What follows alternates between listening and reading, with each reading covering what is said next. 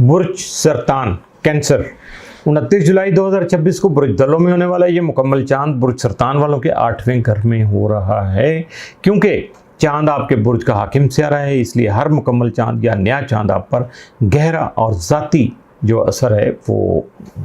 मुरतब करता है। लेकिन ये मुकम्मल चांद जो है गैर मामूली तौर पर ताकतवर साबित हो सकता है। इसकी वजह यह है कि मुकम्मल चांद आपके 8वें घर में, जो कि मुश्तरका माली मामला, दूसरों के वसाइल, कर्ज, टैक्स, विरासत, गहरी गुर्बत, नफ्सियाती तब्दीली और ज़िंदगी की बड़ी अंदरूनी तब्दीलियों की नुमाइंदगी करता है, उसमें मौजूद जो है प्लूटो के साथ करान कर रहा है।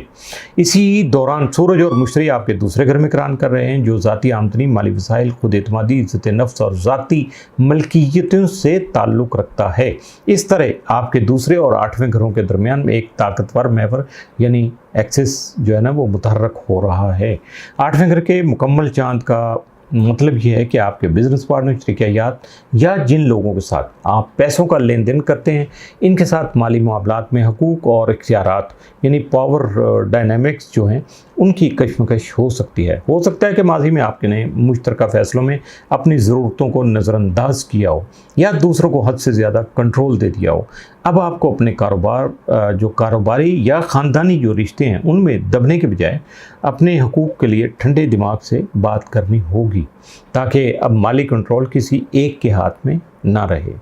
मज़ीद यह है कि इस अरसे में आपको अपनी माली ज़िम्मेदारियों पर तवज्जो देने की ज़रूरत जो है वो भी पेश आ सकती है। अगर आपके कुछ यूटिलिटी बिल्स, क्रेडिट कार्ड की किस्तें या इंटरनेट वगैरह के बिल जमा होने से रह गए थे तो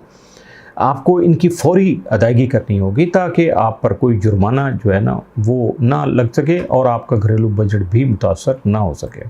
अगर आपका टैक्स फाइल करने का वक्त करीब है या पुराने टैक्स गोशवारों या टैक्स रिटर्न यानी जो उसमें कोई गलती या ऑडिट का मामला फंसा हुआ था, तो इस दौरान आपको इस पर काम करना पड़ेगा और आपको अपने टैक्स के तमाम कागजात और रसीदें संभाल के रखनी होंगी, ताकि किसी भी कानूनी या दफ्तरी जो अगर कोई उलझन मुमकिन तौर पर पैदा हो जाए तो उससे बचा जा सके। अगर आपने किसी बैंक से लोन लिया हुआ है, गाड़ी या घर की किस्तें चल रही हैं या किसी दोस्त से उधार लिया था, तो इस चांद के दौरान वो रकम वापस करने का दबाव बढ़ सकता है। अगर आपकी हेल्थ इंश्योरेंस, लाइफ इंश्योरेंस या गाड़ी की किस्त जो है वो वाजिब अदा है, तो ये वक्त उसकी तजदीद यानी रिन्यूअल का है। अगर बैंक में आपका कोई अकाउंट ब्लॉक था, बायोमेट्रिक वेरिफिकेशन रुकी हुई थी या किसी चेक की क्लियरेंस में ताख़ीर हो रही थी, तो अब आपको खुद बैंक जाकर इन रुके हुए मामलात को संजीदगी से देखना पड़ेगा, ताकि आपके पैसों के लेन देन ना रुक सके। चूँकि प्लूटो आपके 5वें घर का हाकिम सियारा है और इस वक्त 8वें घर में मौजूद है, अगर आप तवील अरसा से किसी नए कारोबारी आइडियाज़ पर काम कर रहे थे या स्टॉक मार्केट, जायदाद या किसी नए प्रोजेक्ट में पैसा लगाने का सोच रहे थे, तो ये वक्त उसका आगाज़ करने के लिए मुनासिब साबित हो सकता है, बशर्ते कि आप हर तरह की रिसर्च और सोच समझकर कदम उठाइएगा। अगर आपका कोई ऐसा पुराना शौक़ या मशगला यानी आपकी हॉबी वगैरह जो है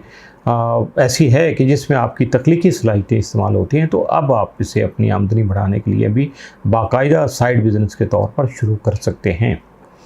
बाज़ जो सरतान अफराद हैं उनके लिए ये मुकम्मल चांद जो किसी अहम मुआहदे, डील या कारोबारी समझौते